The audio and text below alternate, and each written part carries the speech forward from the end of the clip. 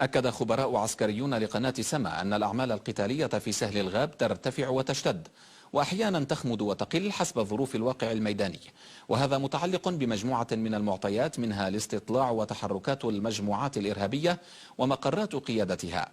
الجيش تقدم في الساعات الماضية على عدة محاور، وسيطر على تلال وقرى عدة أهمها تلواصل.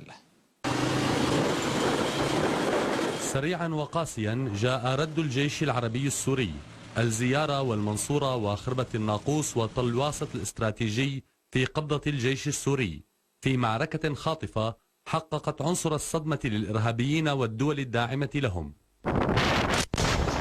ساعات قليلة كانت كفيلة بإنهاء تواجد الإرهابيين في هذه القرى وحسم المعركة لصالح الجيش والقوى الرديفة له. الجيش قسم عمليات استعادة قرى سهل الغاب التي خسرها إلى مراحل، مستخدما غطاء ناريا كثيفا أمنته مدفعية جورين والراجمات المتمركزة في محيطها لتحقيق الهدف الرئيسي، وهو السيطرة على تل واسط الاستراتيجي. التل المشرف ناريا على الكثير من القرى شكل نقطة ارتكاز وقاعدة عمليات استفادت منها وحدات الجيش.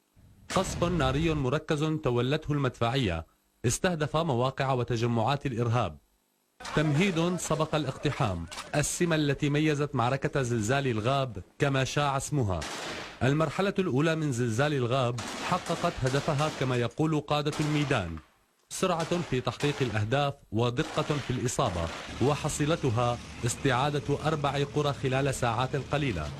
العملية المباغتة التي شنها الجيش شكلت بوابة للانطلاق والتقدم باتجاه عمليات واسعة قد تشمل ريف إدلب كاملا. عملية إذا ما استكملت فإنها ستغير من معطيات السيطرة العسكرية للجيش السوري في تلك المنطقة.